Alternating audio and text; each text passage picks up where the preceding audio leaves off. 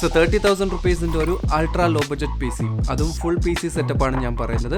ഇതിൽ നിങ്ങൾക്ക് ഗെയിമിംഗ് ചെയ്യാൻ പറ്റും, അത്യാവശ്യം 720p ലോ ഗെയിമിംഗ് ഒക്കെ ചെയ്യാൻ പറ്റും, ഈവൻ ലൈറ്റ് എഡിറ്റിംഗ് ചെയ്യാൻ പറ്റും. എക്സ്പോർട്ടിങ്ങിൻ്റെ കാര്യം ഞാൻ പിന്നെ പറയാം, പക്ഷേ എഡിറ്റിംഗ് അത്യാവശ്യമൊക്കെ ചെയ്യാൻ പറ്റും. ബേസിക് യൂസിനൊക്കെ ഓക്കെയാണ്. Home use, office purpose use, trading, billing പർപ്പസിനൊക്കെ യൂസ് ചെയ്യാൻ പറ്റിയ ഒരു PC ബിൽഡിൻ്റെ ഫുൾ സെറ്റപ്പാണ് നമ്മൾ പറയുന്നത്. Your own techno factory with me സുമൂത്ത്. തുടങ്ങാം.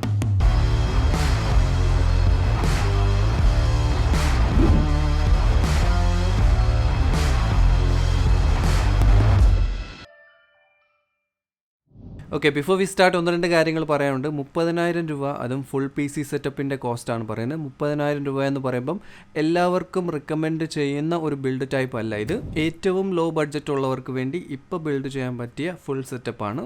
ആൻഡ് ഫ്യൂച്ചറിൽ ഇതിനെ വേണമെങ്കിൽ നിങ്ങൾക്ക് ഈസിലി അപ്ഗ്രേഡ് ചെയ്യാൻ പറ്റും. അപ്ഗ്രേഡബിലിറ്റി പാത്ത് നമ്മൾ മെയിൻറ്റെയിൻ ചെയ്തുകൊണ്ട് പറയുന്ന ബിൽഡാണ്. ഒരു അൾട്രാ ലോ ബഡ്ജറ്റ് കാറ്റഗറിയിൽ വരുന്ന PC ബിൽഡാണ്. സോ അതുകൊണ്ട് നിങ്ങളുടെ എക്സ്പെക്ടേഷൻസും ആ ഒരു ലെവലിൽ തന്നെ വെക്കണമെന്ന് ഞാൻ നേരത്തെ പറയുന്നുണ്ട്. ഇവിടെ Intel ആൻഡ് AMD രണ്ട് ബിൽഡ്സിൻ്റെയും സ്പെക്സ് ഞാൻ പറയുന്നുണ്ട്. 30,000, 35,000, 40,000. അത് ഓരോ ക്ലാസിഫിക്കേഷൻ അനുസരിച്ച് ബഡ്ജറ്റ് ചേഞ്ച് ആകും. ഓവറോൾ 30,000 to 40,000 റേഞ്ച് ആണ് ഞാൻ പറയുന്നത്. ഡിപ്പെൻഡ്സ് ഓൺ നിങ്ങളുടെ യൂസ് ആൻഡ് നിങ്ങളുടെ നീഡ്സ് അനുസരിച്ച് ബഡ്ജറ്റ് ചേഞ്ച് ആകും. Okay, so first case, in case നിങ്ങൾ ഫ്യൂച്ചർ അപ്ഗ്രേഡ്സ് ഒന്നും നോക്കുന്നില്ല, നിങ്ങൾക്കൊരു ബേസിക് PC മതി. നിങ്ങളുടെ ബേസിക് നീഡ്സിന് വേണ്ടി light gaming, 720p low setting ഗെയിമിങ്ങിന് വേണ്ടി ചെറിയ 720p എഡിറ്റിങ്ങും കാര്യങ്ങളും ഇതുപോലത്തെയാണ് നിങ്ങളുടെ യൂസ്. ആൻഡ് സ്പെഷ്യലി ഫ്യൂച്ചറിൽ നിങ്ങൾ വലിയ അപ്ഗ്രേഡ്സ് ഒന്നും നോക്കുന്നില്ലെങ്കിൽ ഈ സ്പെക്സ് നിങ്ങൾക്ക് ഫോളോ ചെയ്യാം. ടോട്ടൽ വരുന്നത് 30,000 റുപ്പീസ് ആണ്. സോ ഇവിടെ പ്രോസസ്സർ ഞാൻ പറയുന്നത് AMD സൈഡിൽ നിന്ന് വരുന്ന AMD Athlon 3000G ആണ്. ഒരു ഡ്യുവൽ കോർ പ്രോസസ്സറാണ്. ഹൈപ്പർ ത്രെഡിംഗ് സപ്പോർട്ട് ഉണ്ട്. 2 കോഴ്സും 4 ത്രെഡ്സും ആണ് വരുന്നത്. പ്രത്യേകിച്ച് എടുത്തു പറയാനൊന്നുമില്ല. 3.5 GHz വരെ നമുക്ക് ഫ്രീക്വൻസി കിട്ടും. ലോവസ്റ്റ് കാറ്റഗറിയിൽ ഏറ്റവും നല്ലൊരു പ്രോസസ്സർ തന്നെയാണ് 3000G. ഇവന്തോ കുറച്ച് പഴയതാണ്, പക്ഷേ എന്നാലും ഇപ്പോഴും അത്യാവശ്യം കേപ്പബിൾ ആയിട്ടുള്ള പ്രോസസ്സർ തന്നെയാണ് for low budget builds. And പ്രോസസ്സറിലെ ഗ്രാഫിക്സ് ഇൻറ്റിഗ്രേറ്റഡ് വരുന്നത് Vega 3 ഗ്രാഫിക്സ് ആണ്. നേരത്തെ പറഞ്ഞ പോലെ അത്യാവശ്യം ലോ ഗെയിമിങ്ങിനും നോർമൽ യൂസേജിനും വേണ്ടി ഓക്കെയാണ്. കുഴപ്പമില്ലാത്തൊരു iGPU തന്നെയാണിത്. സോ പ്രൈസിങ് ഏകദേശം നമുക്ക് 5,000 റേഞ്ചിൽ ഓൺലൈനിലൊക്കെ അവൈലബിൾ ആണ്. 5,500, 5,800 ഒക്കെയാണ് ഓൺലൈൻ കാണുന്ന പ്രൈസസ്. സോ അതാണ് പ്രോസസ്സർ. മദർ ബോർഡ് ഇവിടെ ഞാൻ റെക്കമെൻഡ് ചെയ്യുന്നത് ASUSന്റെ A320MK മോഡലാണ്. യെസ്, അൾട്രാ ലോ ബഡ്ജറ്റ് ആയതുകൊണ്ട് തന്നെയാണ് ഞാൻ A320 റെക്കമെൻഡ് ചെയ്യുന്നത്. A320 അധികം ഞാൻ റെക്കമെൻഡ് ചെയ്യാത്തൊരു മദർ ബോർഡാണ്. ബട്ട് ബഡ്ജറ്റ് കൺസ്ട്രെയിൻഡ് ആണ്. നിങ്ങൾക്ക് വലിയ ഫ്യൂച്ചർ അപ്ഗ്രേഡ്സ് ഒന്നും നോക്കുന്നില്ലെങ്കിൽ A320 ഓക്കെയാണ്. സോ ASUSന്റെ A320MK മോഡൽ 4,200 ആ പ്രൈസ് റേഞ്ചിൽ അവൈലബിൾ ആണ്. 2 RAM സ്ലോട്ട്സ് ആണ് വരുന്നത്. 3,200 MHz വരെ സപ്പോർട്ട് ചെയ്യും. ഒരു NVMe സ്ലോട്ട് ഉണ്ട്, HDMI പോർട്ട് ഉണ്ട്, ആൻഡ് ഓൾസോ VGA പോർട്ടും അവൈലബിൾ ആണ്. A320 ആണ് ചിപ്സെറ്റ്. A320 നമുക്കറിയാം ഒരു ലോ എൻഡ് ചിപ്സെറ്റ് ആണ്. Low end chips or processors use ചെയ്യാൻ വേണ്ടി ഓക്കെ ആണിത്. റാം എന്തായാലും 8GB ആണ് ഞാൻ റെക്കമെൻഡ് ചെയ്യുന്നത്. 3,200 MHz എടുക്കാം. ബ്രാൻഡ് ഏതായാലും കുഴപ്പമില്ല. കോസൈ, G-Skills, ക്രൂഷ്യൽ, A-Data, Thermaltake, ഏത് ബ്രാൻഡ് ആയാലും റാമിന്റെ കുഴപ്പമില്ല. 2,900 to 3,000 റേഞ്ചിൽ അവൈലബിൾ ആണ്. സോ 8GB ആണ് മിനിമം റെക്കമെൻഡ് ചെയ്യുന്നത്. 16 എടുക്കാമെങ്കിൽ 16GB ആണ് ബെറ്റർ. ബട്ട് ബഡ്ജറ്റ് കൺസ്ട്രെയിൻഡ് ആണ്. 30,000 ആണ് budget. So 8GB 3,200 MHz Ram. Next storage ഞാൻ ഇവിടെ റെക്കമെൻഡ് ചെയ്യുന്നത് WD SN570യുടെ 500GB NVMe SSD ആണ്. നിങ്ങൾക്കിത് എങ്ങനെയും എടുക്കാം. സ്പ്ലിറ്റ് ചെയ്ത് വേണേൽ നോക്കാം. 250GB plus 1TB hard disk. But അങ്ങനെ ചെയ്യുമ്പം 3,000 റുപ്പീസ്, അപ്രോക്സിമേറ്റ്ലി 2,900 SSDക്ക് പോകും, 3,000 റുപ്പീസ് ഹാർഡ് ഡിസ്കിനും പോകും. So total 5,000 മേലെയാകും. 500GBയുടെ NVMe SSD ഇപ്പോൾ നമുക്ക് WD നോക്കുവാണെങ്കിൽ 4,300 റേഞ്ചിൽ കിട്ടുന്നുണ്ട്. സോ അതുകൊണ്ട് 500GB NVMe SSD ഇനീഷ്യലി എടുക്കുന്നത് നല്ലതായിരിക്കും. ഇൻ കേസ് നിങ്ങൾക്ക് വലിയ അപ്ഗ്രേഡ്സും കാര്യങ്ങളില്ല, സ്റ്റോറേജിൻ്റെ അധികം ആവശ്യം വരുന്നില്ല എങ്കിൽ 500GBയുടെ NVMe SSD is okay for you. ഫ്യൂച്ചറിൽ വേണമെങ്കിൽ സ്റ്റോറേജ് നീഡ്സ് കൂടുവാണെങ്കിൽ നിങ്ങൾക്ക് വേണേൽ ഹാർഡ് ഡിസ്ക് അപ്ഗ്രേഡ് ചെയ്യാം. ഇതും നിങ്ങളുടെ പ്രിഫറൻസ് ആണ്. നേരത്തെ പറഞ്ഞ പോലെ 250 SSDയും 1TB ഹാർഡ് ഡിസ്ക് എങ്ങനെ വേണമെങ്കിലും എടുക്കാം. നെക്സ്റ്റ് ക്യാബിനറ്റും പവർ സപ്ലൈ കുറിച്ച് പറയുകയാണെങ്കിൽ നമ്മളിത് റെക്കമെൻഡ് ചെയ്യുന്ന കാറ്റഗറി ഫ്യൂച്ചർ അപ്ഗ്രേഡ്സ് നോക്കാത്തവർക്ക് വേണ്ടിയാണ്. സോ അതുകൊണ്ട് തന്നെ ക്യാബിനറ്റും പവർ സപ്ലൈയും ഇൻറ്റിഗ്രേറ്റഡ് ആയിട്ടുള്ളതാണ് ഇവിടെ ഞാൻ പറയുന്നത്. ഫിംഗേഴ്സിൻ്റെ ബ്രാൻഡ് ഏതെങ്കിലും ക്യാബിനറ്റ് നിങ്ങൾക്ക് നോക്കാം. 2,500, 2,800 റേഞ്ചിൽ അവൈലബിൾ ആണ്.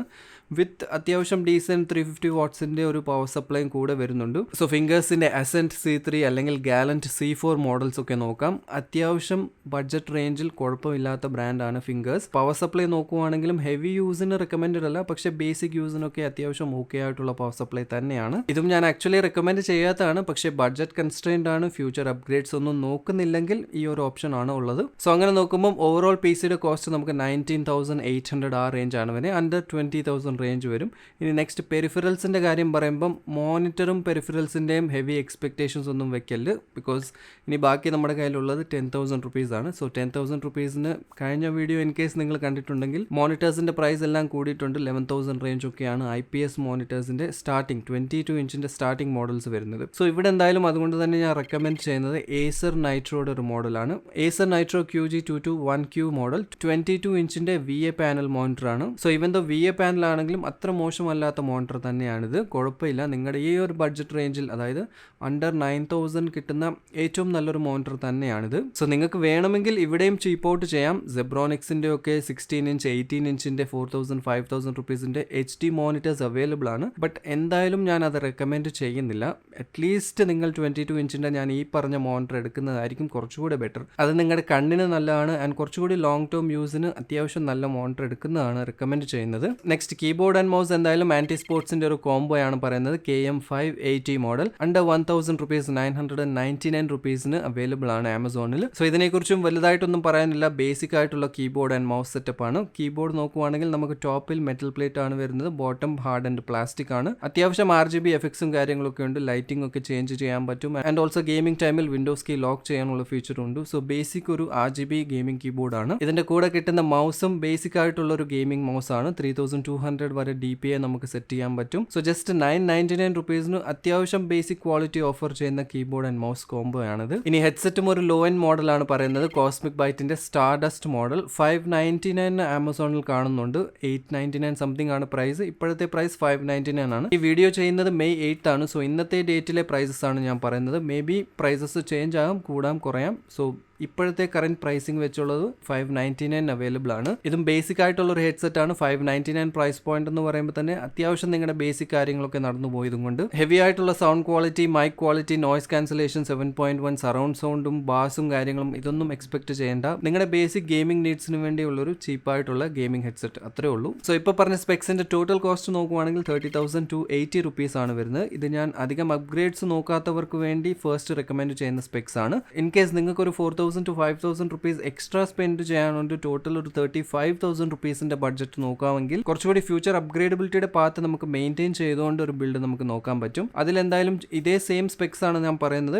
ഇതിൽ കുറച്ച് കാര്യങ്ങളൊന്ന് ചേഞ്ച് ചെയ്താൽ മതി. സ്പെഷ്യലി മദർബോർഡ് നിങ്ങളൊരു B450 മദർബോർഡ് എടുക്കുകയാണെങ്കിൽ ബെസ്റ്റ് ആയിരിക്കും. അസ്റോക്കിന്റെ B450M Pro 4 മോഡലാണ് ഞാൻ പറയുന്നത്. 6,100 റേഞ്ചിൽ അവൈലബിൾ ആണ്. സിമിലർലി കേസും പവർ സപ്ലൈയും സെപ്പറേറ്റ് എടുക്കുന്നത് കുറച്ചുകൂടി റെക്കമെൻഡഡ് ആണ്. പവർ സപ്ലൈ നോക്കുവാണെങ്കിൽ അറ്റ്ലീസ്റ്റ് നിങ്ങൾ 450 വാട്ട്സിന്റെ ബേസിക് ഒരു പവർ സപ്ലൈ നോക്കാം. ആൻഡ് ക്യാബിനറ്റ് എന്തായാലും 1999 സെബ്രോണിക്സിന്റെ ഓക്സോ എന്നൊരു മോഡൽ അവൈലബിൾ ആണ്. സോ പവർ സപ്ലൈ നിങ്ങൾക്ക് ആൻടെക്കിന്റെ 450 വാട്ട്സിന്റെ ആൻടെക് VP450 നോക്കാം, അല്ലെങ്കിൽ ഡീപ് കൂളിന്റെ പുതിയൊരു മോഡലുണ്ട് PF450. ഇത് രണ്ടും നല്ലതാണ്. ഓൾസോ ക്യാബിനറ്റ് ഞാൻ പ്രൈസ് കൂടിയതൊന്നും പറയുന്നില്ല. ബഡ്ജറ്റ് ഫ്രണ്ട്ലി ആയിട്ടുള്ളൊരു 2,000 റുപ്പീസ് റേഞ്ചിൽ വരുന്ന ഒരു ക്യാബിനറ്റ് ആണ് സെബ്രോണിക്സിന്റെ Oxo model. MATX form factor ആണ്. മൈക്രോ ATX മദർ ബോർഡ്സ് മാത്രമേ ഇതിൽ ഫിറ്റ് ആകത്തുള്ളൂ. ആമസോണിൽ 1999 ആണ് പ്രൈസിങ് കാണുന്നത്. ഫ്രണ്ടിൽ 2 RGB ഫാൻസ് വരുന്നുണ്ട്, ഓട്ടോ RGB ആണ്. സോ നമ്മുടെ ഇനീഷ്യലി ഇപ്പോൾ ഒരു APU സെറ്റപ്പ് ആയതുകൊണ്ട് തന്നെ ഈ 2 ഫാൻസ് ഇനഫ് ആണ്. വേണമെങ്കിൽ നിങ്ങൾക്ക് ഫ്രണ്ടിലെ ഒരു ഫാൻ റിമൂവ് ചെയ്ത് റിയറിലും വെക്കാൻ പറ്റും. സോ അങ്ങനെയും യൂസ് ചെയ്യാം. സോ ഇങ്ങനെ നോക്കുമ്പോൾ ടോട്ടൽ നമുക്ക് 35,000 റുപ്പീസ് ആണ് വരുന്നത്. സോ 35,000, അതായത് നേരത്തെ പറഞ്ഞ അതേ സെയിം സ്പെക് ആണ്. 1-2 കാര്യങ്ങൾ നിങ്ങൾ ചേഞ്ച് ചെയ്യുവാണെങ്കിൽ നിങ്ങൾക്ക് ഫ്യൂച്ചർ അപ്ഗ്രേഡ്സ് നോക്കാൻ പറ്റും. സോ മദർബോർഡ് B450 ആയതുകൊണ്ട് തന്നെ ഫ്യൂച്ചറിൽ നിങ്ങൾക്ക് പ്രോസസ്സേഴ്സ് അപ്ഗ്രേഡ് ചെയ്യാൻ പറ്റും ആൻഡ് ഓൾസോ സ്റ്റേബിൾ ആയിരിക്കും. സോ ഇതാണ് 30,000 റുപ്പീസിന്റെ ഫുൾ PC സെറ്റപ്പിന്റെ spec list. And 35,000 rupees in case നിങ്ങൾ ഫ്യൂച്ചർ അപ്ഗ്രേഡ്സും കുറച്ച് ബെറ്റർ ആയിട്ടുള്ള സ്റ്റേബിൾ PC നോക്കുന്നുണ്ടെങ്കിൽ. ഇനി ഇപ്പോൾ പറഞ്ഞ 35,000 റുപ്പീസ് ബിൽഡിനെ തന്നെ ഇൻ കേസ് കുറച്ചുകൂടി ബഡ്ജറ്റ് ഉണ്ടെങ്കിൽ കുറച്ചുകൂടി ബെറ്റർ ആക്കാൻ പറ്റും. ഒരു 40,000 to 41,000 റുപ്പീസ് റേഞ്ച് നിങ്ങൾക്ക് ഇൻ കേസ് ബഡ്ജറ്റ് ഉണ്ടെങ്കിൽ റൈസന്റെ പഴയ APU എടുക്കാൻ പറ്റും. റൈസൻ 3 3200G ഇപ്പോഴും APUസിൽ, അതായത് ഏറ്റവും ലോവസ്റ്റ് ബഡ്ജറ്റ് APUs നോക്കുവാണെങ്കിൽ 3200G ഇപ്പോഴും ദി ബെസ്റ്റ് തന്നെയാണ്. അൺഫോർച്ചുനേറ്റ്ലി ഇടയ്ക്ക് പ്രൈസ് കൂടിയായിരുന്നു. 13,000 14,000 റേഞ്ച് ഒക്കെ ആയിട്ട് കൂടിയിട്ടുണ്ടായിരുന്നു. ബട്ട് ഇപ്പം പ്രൈസസ് ഒന്ന് നോർമലായി വരുന്നുണ്ട്. നോർമൽ മീൻസ് പഴയ ആ ഒരു പ്രൈസ് അല്ല. പണ്ടൊക്കെ 7,000 8,000 അവൈലബിൾ ആയിരുന്നു ഐ തിങ്ക്. ബട്ട് ഇപ്പോൾ സ്റ്റിൽ 9,299 ഞാൻ എവിടെയോ കണ്ടായിരുന്നു online. I think Vishal peripherals എന്നൊരു വെബ്സൈറ്റിലാണ്. ഇൻ കേസ് അവൈലബിൾ ആണെങ്കിൽ ഞാൻ ലിങ്ക്സ് ഡിസ്ക്രിപ്ഷനിൽ ഇട്ടേക്കാം. ഐ തിങ്ക് അവൈലബിൾ ആണ്. 9,000 റേഞ്ചിലൊക്കെ അവൈലബിൾ ആണ്. നിങ്ങൾ തപ്പി നോക്കുവാണെങ്കിൽ എവിടെയെങ്കിലും ഒക്കെ കിട്ടും. സോ ബാക്കി സ്പെക്സ് എന്തായാലും സെയിം ആണ് ഞാൻ പറയുന്നത്. ആൻഡ് റാം റാം 16GB എടുക്കുകയാണെങ്കിൽ നല്ലതാണ്. 16GB നമുക്ക് വലിയ കോസ്റ്റ് ഒന്നും ആവുന്നില്ല, 2900 എക്സ്ട്രാ ആവത്തേ ഉള്ളൂ. സോ 16GB വിത്ത് 3200G ഇടുകയാണെങ്കിൽ കുറച്ചുകൂടി ബെറ്റർ ആയിരിക്കും. ഓവറോൾ ഇതാണ് specs.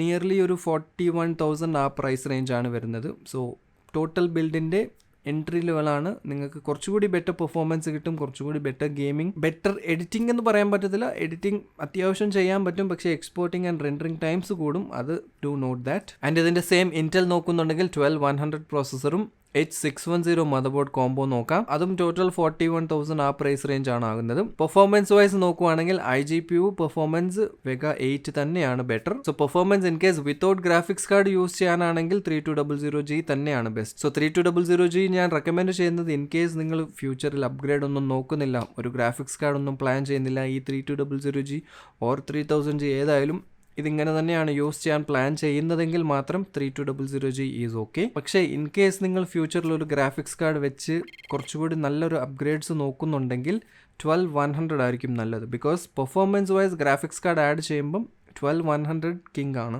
May be ഇപ്പോഴത്തേക്ക് iGPU use ചെയ്തുകൊണ്ട് ഇൻ കേസ് ഗെയിമിങ്ങും കാര്യങ്ങളൊക്കെ ചെയ്യുവാണെങ്കിൽ കുറച്ച് ലോ പെർഫോമൻസ് ആയിരിക്കും കിട്ടുന്നത്. ബട്ട് ട്രസ്റ്റ് മീ, ഫ്യൂച്ചറിൽ ഒരു ഗ്രാഫിക്സ് കാർഡ് നിങ്ങൾ അപ്ഗ്രേഡ് ചെയ്ത് കഴിയുമ്പം ബെറ്റർ പെർഫോമൻസ്, നല്ല പെർഫോമൻസ് നമുക്ക് 12100 നിന്ന് പുൾ ഔട്ട് ചെയ്യാൻ പറ്റും. സോ 3200G അതായത് 9000 റേഞ്ചിൽ കിട്ടുവാണെങ്കിൽ ഇൻ കേസ് നിങ്ങൾ അപ്ഗ്രേഡ്സ് നോക്കുന്നില്ലെങ്കിൽ ഇതാണ് ഞാൻ റെക്കമെൻഡ് ചെയ്യുന്നത്. ഓർ ഇൻറ്റലിൻ്റെ i3 12100 ആണ് ഫ്യൂച്ചർ, അതായത് കുറച്ച് മാസങ്ങൾക്കുള്ളിൽ ഒരു ഗ്രാഫിക്സ് കാർഡ് ആഡ് ചെയ്യുമെങ്കിൽ 12100 is the best option. So ഇതായിരുന്നു നമ്മുടെ ഇന്നത്തെ YBB എപ്പിസോഡ്. 30,000 റുപ്പീസിൻ്റെ full PC setup, ultra low budget full PC സെറ്റപ്പിൻ്റെ സ്പെക്സ് ലിസ്റ്റ് ആണ് കാണിച്ചേക്കുന്നത്. സോ എനിവേസ് ബേസിക് വർക്ക്സിന് വേണ്ടി ഒരു കുഴപ്പമില്ലാതെ യൂസ് ചെയ്യാൻ പറ്റിയ PC സെറ്റപ്സ് ആണ് ഇതെല്ലാം. Light 720p low setting gaming ഒക്കെ ചെയ്യാൻ പറ്റും. 3200G ആണെങ്കിൽ കുറച്ചുകൂടി ബെറ്റർ പെർഫോമൻസ്, ബെറ്റർ FPS കിട്ടും. 3000G ആണെങ്കിൽ 720p ലോ സെറ്റിംഗ്സിൽ മേ ബി അത്യാവശ്യം ഗെയിംസ് ഒക്കെ കളിക്കാൻ പറ്റും. അതിൻ്റെ ബെഞ്ച് മാർക്സും കാര്യങ്ങളും യൂട്യൂബിൽ കയറി ഒന്ന് ചെക്ക് ചെയ്ത് നോക്കിയാൽ മതി. 3000G ബെഞ്ച് മാർക്സ് അടിച്ചു കഴിഞ്ഞാൽ കിട്ടും. എഡിറ്റിങ്ങിൻ്റെ കാര്യത്തിൽ എന്തായാലും വലിയ ഹോപ്പ് വെക്കേണ്ട. ബേസിക് 720p എഡിറ്റിംഗ് കാര്യങ്ങൾ ചെയ്യാൻ പറ്റുമായിരിക്കും. ഈവൻ 1080p അധികം ഗ്രാഫിക്സും പ്രീസെറ്റ്സും പ്ലഗിൻസും ഇല്ലാത്ത എഡിറ്റിംഗ് ആണ് നോക്കുന്നതെങ്കിൽ മേ ബി ചെയ്യാൻ പറ്റുമായിരിക്കും. പക്ഷേ എക്സ്പോർട്ടിംഗ് റെൻഡറിങ് ടൈംസ് കൂടുതലാണ്, അതാണ് ഒരു വലിയ ഇഷ്യൂ. അതുകൊണ്ടാണ് എഡിറ്റിങ്ങിന് വേണ്ടി അത്രയ്ക്ക് ഞാൻ റെക്കമെൻഡ് ചെയ്യാതെ. എഡിറ്റിംഗ് നോക്കുന്നുണ്ടെങ്കിൽ കുറച്ചുകൂടി ക്യാഷ് സ്പെൻഡ് ചെയ്ത് ഒരു 12100ഉം ഒരു ഗ്രാഫിക്സ് കാർഡുള്ള സെറ്റപ്പ് നോക്കുന്നതായിരിക്കും നല്ലത്. ബട്ട് അപ്പാർട്ട് ഫ്രം ദാറ്റ് ബാക്കി നോർമൽ ബേസിക് ടാസ്ക് എല്ലാം ചെയ്യാൻ പറ്റും. എനിവേസ് അതായിരുന്നു ഇന്നത്തെ video. Hope you like it. Video ഇഷ്ടപ്പെട്ടെങ്കിൽ ലൈക്ക് ചെയ്യാം, ഇല്ലെങ്കിൽ ഡിസ്ലൈക്ക് ചെയ്യാം. ഇൻഫോർമേറ്റീവ് ആയിട്ട് തോന്നിയെങ്കിൽ മാക്സിമം ഷെയർ ചെയ്യാം. ചാനൽ ഇതുവരെ സബ്സ്ക്രൈബ് ചെയ്തിട്ടില്ലെങ്കിൽ do subscribe to my channel. അടുത്തൊരു നല്ല വീഡിയോയിൽ കാണാം. Till then, be positive and stay happy.